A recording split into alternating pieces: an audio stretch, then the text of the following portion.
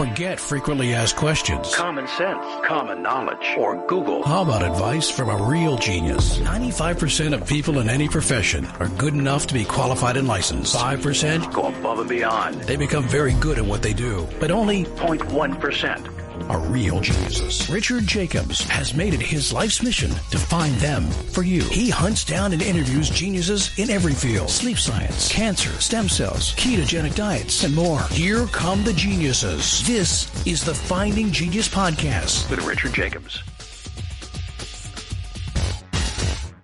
Quick note before we begin, the Finding Genius Foundation, as part of the Finding Genius Podcast, has recently completed a book about understanding viruses. So the creation of this book was to interview 100 virologists, ask them a lot of deep, difficult questions, take the most difficult questions, and then re-interview the top 25 or so and ask them the hardest questions I could think of.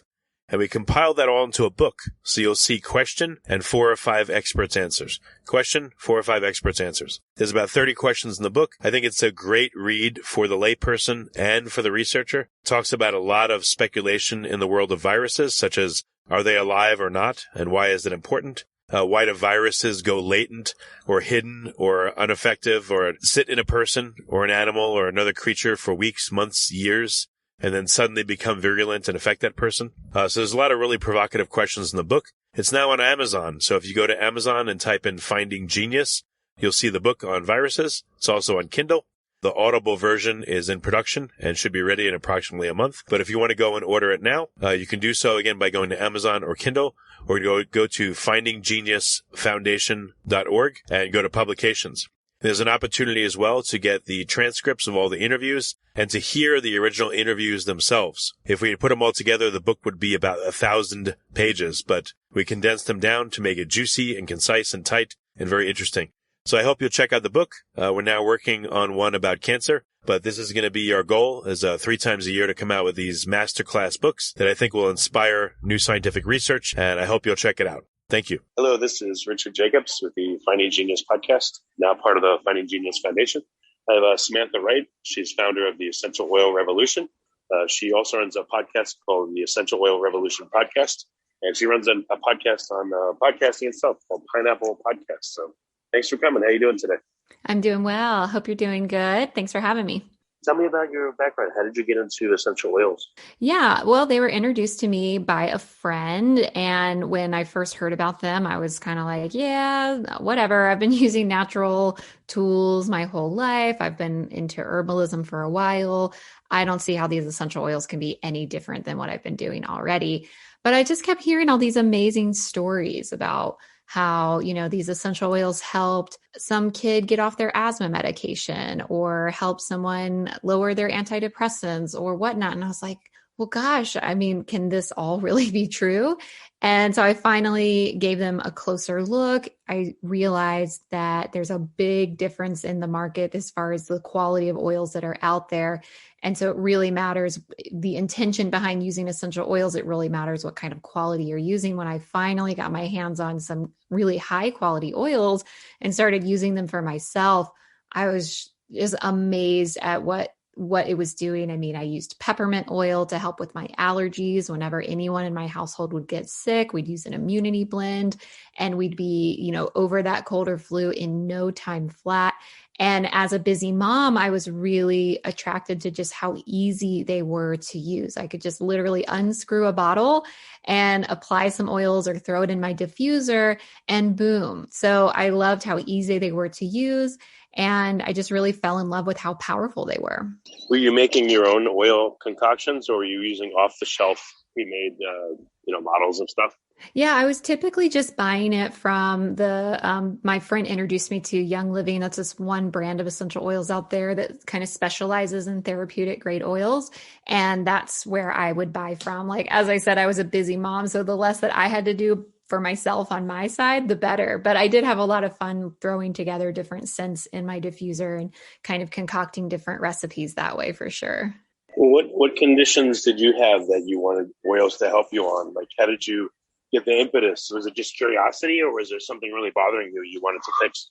It was mostly curiosity, but the first thing that I started using that for really was my allergies. I'd been suffering from allergies my entire life. I live in the mountains of North Carolina, which is a very biodiverse area. There's a ton of pollens and grasses and things like that that bloom around here. And so it seemed like just about 50% of the year I would be miserable. And, my friends would always make fun of me. I'd be walking around town with like I actually used like cloth diapers as my handkerchiefs. Like that's how bad my allergies were.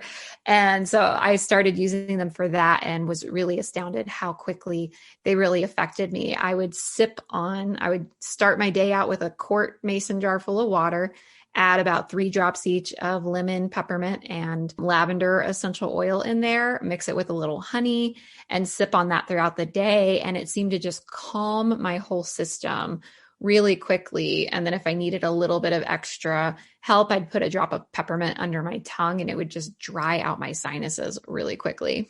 So when you apply the essential oils, they act how quickly and how strongly do they act? And if, compare it to what you noticed about taking medications. Yeah. I mean, I had tried antihistamines for a long time. What I noticed with antihistamines is like after, using them for months on end, they kind of just stopped working and they were never really solving the problem. They were kind of just masking the symptoms anyway. And with the essential oils, they would help me get relief within, I'd say 5 to 15 minutes, just depending on the severity, but using them also as just a health tool, helping your body really increase its wellness. Like it really lowered my nervous system's response to allergies in the first place was a big difference that I noticed. So, everyone's different, and some essential oils in some cases can work really quickly to alleviate symptoms or stress or boost your mood. Or, when I burn myself on a frying pan, I'll slap some lavender oil on it and it just helps soothe that and heal that so quickly. And then other things, they take more time. You need to take things more consistently and approach it more like a vitamin rather than like a Band-Aid. So what are the different ways you administer them? Like, do you rub them on your skin? Do you put them on your tongue? Do you put them in food? Like, do you inhale them? What are the ways you take them in? Yeah, pretty much all the things that you just said. I always say the basic 3 ways that you can use oils are aromatically, as in inhaling them, smelling them, putting them in your diffuser. Just even opening up a bottle and sniffing it is aromatic use. Then there's topical use, where you're putting it on your body, on your skin. I always recommend that when you do this, you dilute your oils. So mixing it with some coconut oil or some olive oil even that you have around before applying it to your skin. Some oils are gentle enough that you could apply them undiluted, but there's really no need to do that. And if you're first starting out, especially, and just for general safety concerns, it's best to dilute them, especially if you have a sensitive skin type. The only thing you really need to be aware of when using oils topically is that any of the citrus oils, lemon, lime, grapefruit, anything that comes from a citrus plant is going to have photosynthetic properties. So you wouldn't want to put those on your skin and then go walk out in the bright sunlight, because it's going to really increase the photosensitivity of your skin and can leave you with a pretty bad rash. So for citrus oils, just avoid putting those on topically in the summertime, or make sure that you're under the shade or putting a t-shirt on or something over that area. And then the third way you can use essential oils, and this I always say can because it's optional, is using them internally, putting them in your food, dropping them on your tongue, putting them in capsules and ingesting them. Some people, there's a lot of controversy around that. So I always just say, like, you do you.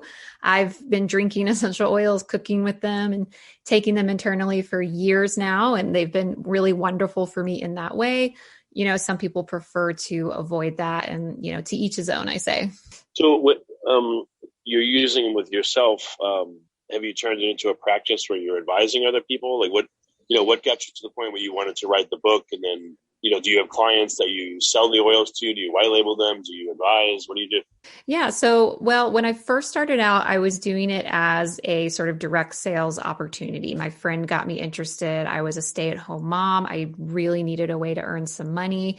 And my friend introduced me to Young Living as a business opportunity. So, before we continue, I've been personally funding the Finding Genius podcast for 4.5 years now, which has led to 2,700 plus interviews of clinicians, researchers, scientists, CEOs, and other amazing people who are working to advance science and improve our lives and our world. Even though this podcast gets 100,000 plus downloads a month, we need your help to reach hundreds of thousands more worldwide. Please visit findinggeniuspodcast.com and click on Support Us. We have 3 levels of membership from $10 to $49 a month, including perks such as the ability to see ahead in our interview calendar and ask questions of upcoming guests, transcripts of podcasts you're interested in, the ability to request specific topics or guests, and more. Visit findinggeniuspodcast.com and click Support Us today. Now back to the show. I represented the company. I worked for myself, but essentially I would teach people how to use essential oils. If they wanted to get started and purchase any, they could do that using my referral code, and I'd make a little commission. But what I loved about that model was that I really got to be an educator. I didn't have to really worry about sales. I didn't have to stock my shelf full of product and ship it out to people. I just got to teach classes, which I love. I'm just an educator at heart, and I love teaching people, especially adults, things that they're interested in if it means that they become more empowered at the end. So I was teaching a lot of essential oil classes in people's homes. If people wanted to get started, I could direct them to Young Living and get them started with like a good starter kit of oils. And it was just wonderful. And then about a year into doing that, I got a little bit tired of traveling and teaching classes, and I just knew I wanted to reach more people. And so the first place I looked when I wanted to learn about essential oils was on a podcast. And there was a couple out there, but none of them were really hitting the quality that I was looking for. And so I just thought, gosh, like if someone wanted to start a really high quality essential oil specific podcast, they do so well. And then I had this, powerful thought of like, well, why don't I do that? So I started the podcast in December 2015. And we've been running, ever since. We've reached over 4 million downloads since that time, been able to reach a large community of people who love their essential oils, who want to learn everything and anything that they can about how to use them effectively, how to use them safely. And I've been able to interview top experts from around the world to really deep dive into all the things that these essential oils can do for us. We've got over 250 episodes, and we still haven't run out of things to talk about when it comes to essential oil. That's how diverse and powerful these tools are. Yeah, no, that's great. Where do they come from? Do they come from fruits and plants themselves, or just where do they come from, and what are they? What part of the plants are they? How do they turn into oils? So essential oils are literally all around us. When you take a walk outside, you'll be instantly surrounded by essential oils living just within all of the plants and the botanicals that make up our world. They're the wonderful aromatics that float around the air from flowers, trees, bushes, grasses. They even live in the branches and the needles of pine trees that you lay under, and the blades of grass that you walk on, and the rose that you smell, the peppermint leaves you touch. They play such a vital role in the plant's ability to grow and live and evolve. Without their essential oils, plants could not survive. You could almost liken it to like the blood of a plant. Plants don't have blood, but they have essential oils. The primary role in the essential oils plant biology is to resist disease, defend against predators, be an attractant for pollinators, and things like that. So the essential oils themselves are these very small, volatile compounds, meaning their molecules rise rapidly into the air. So if you were to open the cap of your essential oil, automatically those small, tiny molecules are going to float up into the air. That's why we call them volatile. And this makes them really distinct from like fatty oils such as olive oil, coconut oil, almond oil. Those are very greasy. Those absorb slowly into the skin, whereas essential oils are not greasy and they absorb into the skin very quickly. And so we derive them from plants depending on what that plant source is. So for example, lemon essential oil comes from the rind of a lemon plant. You take the lemon rind, you press it almost like you were pressing olive oil, put it in a press and extract it that way. Most essential oils like peppermint or lavender, geranium, things that come from the leaves or the flowers or the roots of a plant, you put them in a distillery where you essentially put them in a giant vat or a giant cylinder. If you like this podcast, please click the link in the description to subscribe and review us on iTunes. And you start a steam from below, and that steam rises up through that plant. And then that steam rises and gets captured where it then separates the essential oil out from the water. And the molecular structure of an essential oil is what really makes them very unique, like their ability to rapidly penetrate into the skin, penetrate the cells. They're even so small molecularly that they can travel past the blood-brain barrier and enter your brain tissue. There's not a lot of things on this planet that can do that. And being able to move past the blood-brain barrier is something that can have a lot of beneficial effects. So it makes essential oils extremely unique in their ability to promote brain health. Even modern pharmacists struggle to create synthetically derived drugs that are able to travel past the blood-brain barrier. Does that answer your question? Yeah. I was thinking, have you ever done an episode or known someone that uses essential oils with dogs? Because I would think, they're always smelling things. They would be really affected and they would like it or hate it. Yeah, absolutely. We've definitely had a few experts come on to talk about essential oils for pets. We've had people come on to talk about oils for horses, cats, dogs, things like that. Whenever you're using oils on an animal, especially when their body is smaller, like a cat or a small dog, you definitely want to approach it with some common sense and just approach it with a little bit of caution. That's not to say it's dangerous, but you do want to use it properly. So with a dog, for example, their sense of smell is so much higher than ours. So if you were to, open up your lavender oil and just start rubbing it all over your dog, well, they might not like that smell and it might be too intense for them and they could get very upset with you. So we always recommend that, before introducing an oil to a pet, simply open up the cap of it and let your pet approach you. If they're curious about it, if they like that smell, they will come up and they will start sniffing it. They may even start licking it. And I always say pets are very intelligent. They know if something's good for them or not. And every pet is different. Like I have a pet owner friend who has 2 dogs and one of her dogs loves frankincense. And he wants her to rub it on his fur all the time. And the other one won't touch it. And so it's kind of interesting to look at the pet world for sure. But there's a lot of oil users I know that also love to use it with horses. There's this one blend we call Peace and Calming. And for a horse that's in training or you're trying to tame the horse a little, just rubbing some of that Peace and Calming around their mane, letting them sniff it and lick it has had such tremendous results in helping pets feel more comfortable around their owners. Dogs that have anxiety disorders, you can leave a diffuser going with some calming oils while you're out of the house, and it can really make such a difference. Okay, interesting. Yeah, one time. Let me mention.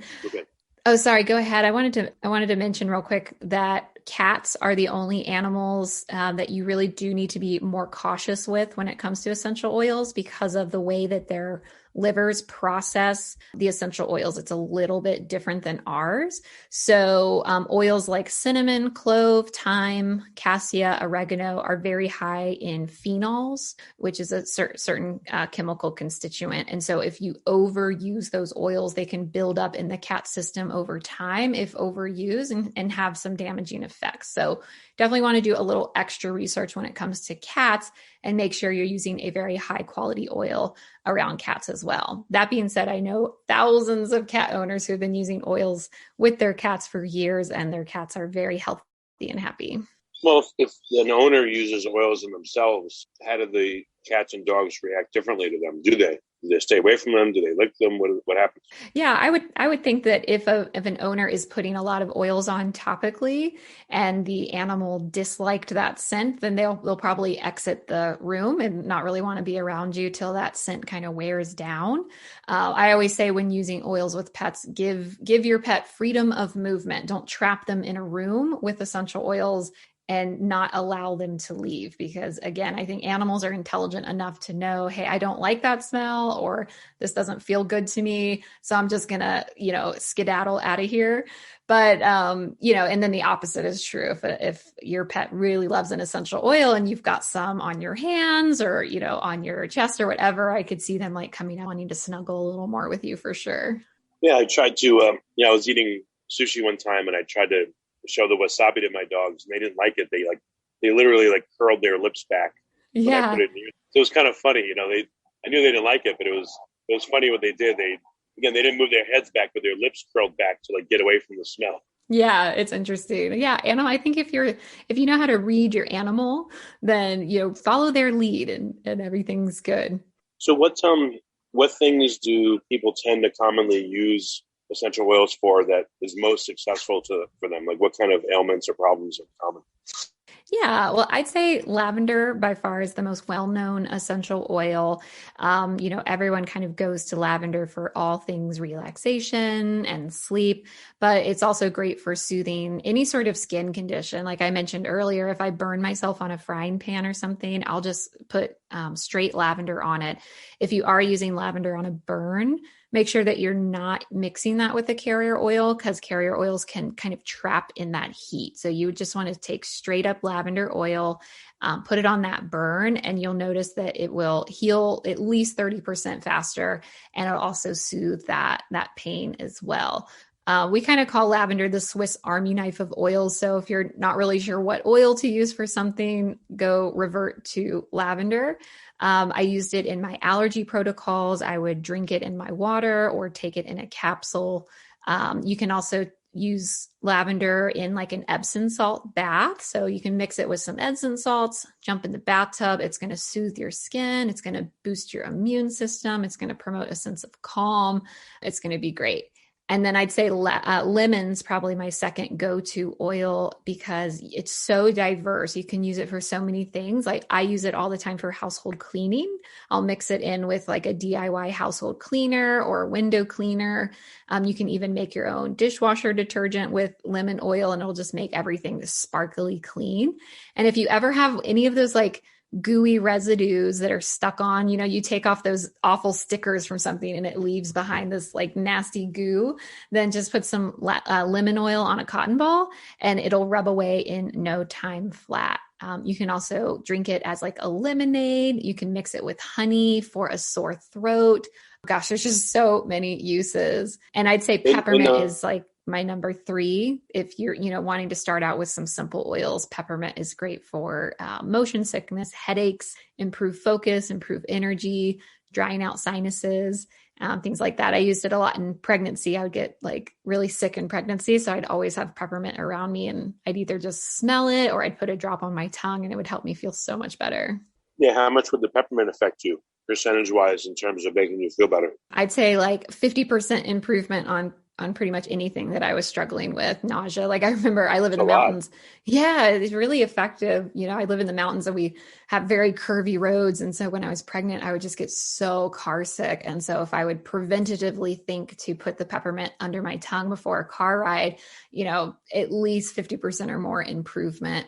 And then, if it was I kind of forgot and, oh gosh, now I'm super nauseous, I'd put it on and it would help me get through that experience for sure. What about cleaning your house? Are there any oils that you can put in just in water or in other cleaners that work better than conventional cleaners? Yeah. As I mentioned, lemon is probably one of my favorites for that. It just gives everything a shine and works as a very powerful cleaning agent. In fact, the chemical constituent limonene is derived from the lemon rind as well, and is what most chemical cleaner companies use to make their products. But I also really like to use rosemary essential oil for a DIY cleaner, or just to add it into my cleaners to increase the effectiveness. Most essential oils are very high in their antibacterial and antiviral properties. So they're very effective at killing nasty germs and things like that. I usually just mix up like part apple cider vinegar, part hydrogen peroxide, part water, and then throw in whatever essential oils I'm kind of feeling like that day. Rosemary, lemon, sometimes lavender, eucalyptus is wonderful as well.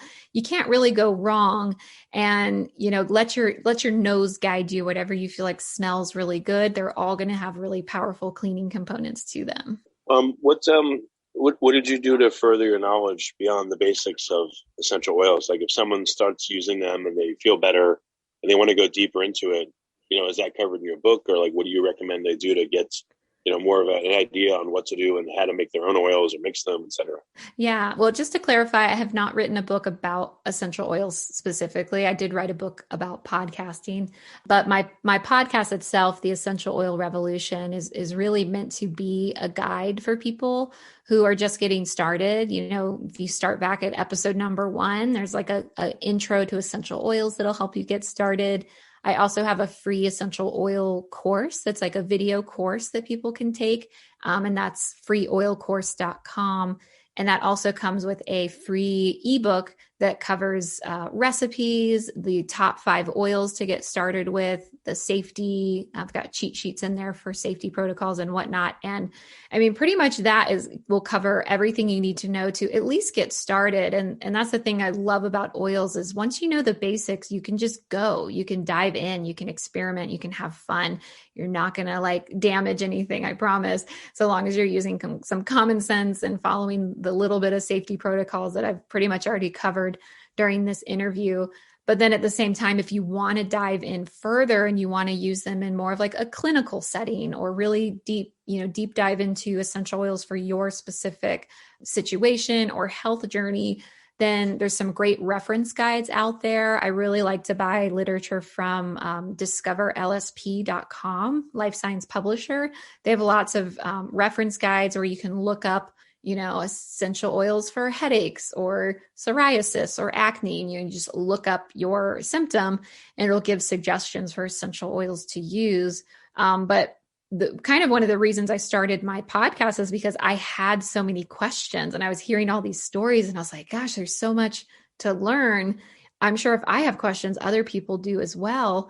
And so it was really my excuse to, call up famous aromatherapists or essential oil experts and say, hey, can I interview on my podcast? I'd love to learn more about essential oils for weight loss or the frequencies of essential oils or essential oils for boosting your mood. And it really became this huge public free resource for anyone to use if they want to learn more about essential oils. Yeah, no, that's really, really cool. What unanswered questions do you have about them? Even though you've done so many podcasts about them, like what's the frontier of essential oils and who's working on it? What are some of the questions that are still big that are out there about it? Yeah, I'd say the research arena is growing rapidly, but still has a long way to go. So I'm really excited to hear more about the research that's being conducted currently now about essential oils and cancer cells. There's been some research done around sacred frankincense and cancer cells, but it's all been, in vitro. There haven't been any human clinical studies or anything like that. And so I'm really interested to see where that research leads to, as well as the research around essential oils and brain disorders like dementia, Alzheimer's, things like that, because I don't remember offhand who the researchers are conducting this right now, but there are some really prestigious scientists looking specifically at different essential oils to help with those brain disorders. Because as I said earlier, it's one of the very unique things about essential oils is how molecularly small they are and their ability to go into the brain past the blood-brain barrier, where very few substances can do that. So they're seeing a lot of potentially great results in that kind of thing. I had my friend Kelly Oster was on my podcast a while back, and she shared her experience with her stepfather who struggles with dementia. And she was able to make a blend of Melissa and rosemary essential oil that they would rub down his neck. So right like on the back of your neck is where it's going to really get into that nervous system really quickly. And they were able to keep him home so much longer than most people do. Most dementia patients have to go into full-time care in a facility, within a certain amount of time. And they were really able to extend the amount of time that he was able to stay home. And she attributed that largely to the Melissa and the rosemary oil that they would use to help calm his system, calm his emotions, and things like that. So I'm really excited to see where those research frontiers keep heading, as well as other areas where we're looking at essential oils being used more in those clinical situations. Yeah, why do they call them essential instead of like nice to have? I know, right? It's a good question. Well, they're essential to the plant, that's for sure. Oh, they're an essential part of the plant. Yeah. Other than that, though, I don't actually know the answer to that question, how they got that name. They're sort of given scientific validity in France was sort of the birth of the modern aromatherapy movement in like the 1920s. Robert Tisserand was the scientist that sort of led that frontier. So I wonder if it's somehow related to the French language. In the plants themselves that the oils come from, does that correlate with what the plant oils do for people or animals? Or is it just in the plant, though, of a totally different function? Yeah, that's a good question. Now, I think there's definitely a lot of overlap there. We can look at the citrus oils, for example. The essential oil is meant to capture the sun and like exaggerate the sun's rays to grow that plant further. And so that, when we translate that into using citrus oils in humans, that's why we can't just put them on our skin and go out in the sun. But, as far as other things like essential oils can prevent disease in plants, and they definitely have some overlap in their antibacterial, antimicrobial type properties in humans as well. Okay. Well, very good. I also want to just bring up at the end, since you did a book on podcasting, I'd like to get people interested in everything you do. What's that about? Let's talk about it for a minute. And, why does it help people? Sure. Well, when I started my podcast, that was 5 years ago. I was a mom of 2 babies at the time and really struggling. Our family was living well below the poverty line, and my husband worked full-time in construction, not making a lot of money. And I really wanted to find a way to contribute to my family, but I needed to be able to do that while staying home with my kids. I didn't have a college degree. I didn't have really any career to speak of. And so the option of putting my kids in childcare, the cost of that really would have, washed out anything I would have made from the job opportunities in front of me. And so when I started, working and starting my essential oil business, I looked into, okay, well, how else can I grow? What can I do while staying at home? I've always been an avid podcast fan. And so then I got that idea to start the Essential Oil Revolution podcast. And, within a year, I was earning an income, and within 3 years, I was earning more than my husband was making. And now 5 years later, he's actually retired. He doesn't work construction anymore. And, we just live off of everything that I've been able to bring in from my podcast and the opportunities that it's given me. So from a financial standpoint, I'm very passionate about helping young people who have a mission, who have a story to tell, and who need to be able to start a podcast that actually is profitable for them. But if they were in my shoes, I had a very small budget to start out with. So that's where my book, Pineapple Podcasting, came into play. I wanted to write a book that people could buy, that was cheap, that taught them everything they need to know to start a podcast on a shoestring budget, that also could turn into a career for them or bring in income for them. So I launched that book, and that's been fabulous. And actually this April, I'm launching an online course around that as well. So people can really deep dive into that world. And it brings me so much joy. I love the world of podcasting. I love the thought of helping people craft their ideas and put them out into the world, because that's what podcasting can allow for people. It's a very low cost medium to get into that packs a huge amount of power. Like, just think that pretty much anyone with a microphone and a computer can craft their own show. They can be the producer of their own show or network and then broadcast that out to the entire world. It's just pretty incredible to me, and I get very passionate about it. Well, that's really cool. It's really cool that you're doing all these things. All right, so resources for people. What resources do you want them to have? Yeah, so definitely check out my podcast. It's the Essential Oil Revolution. And if you want to take my free essential oil course, that's just at freeoilcourse.com. That'll get you hooked up to my newsletter as well. And you'll get an email like about once a week when we have new episodes that come out. And if you're interested in learning more about podcasting, just go to pineapplepodcasting.com. So lots of places to go. And if you're on Instagram, I'm there at Sam Lee Wright. It's LeeWright. That's great. Well, Sam, thanks so much for coming. I really appreciate it. Thanks so much for having me. I really appreciate you letting me share with your audience, and keep up the great work with what you're doing over there too. If you like this podcast, please click the link in the description to subscribe and review us on iTunes. You've been listening to the Finding Genius podcast with Richard Jacobs.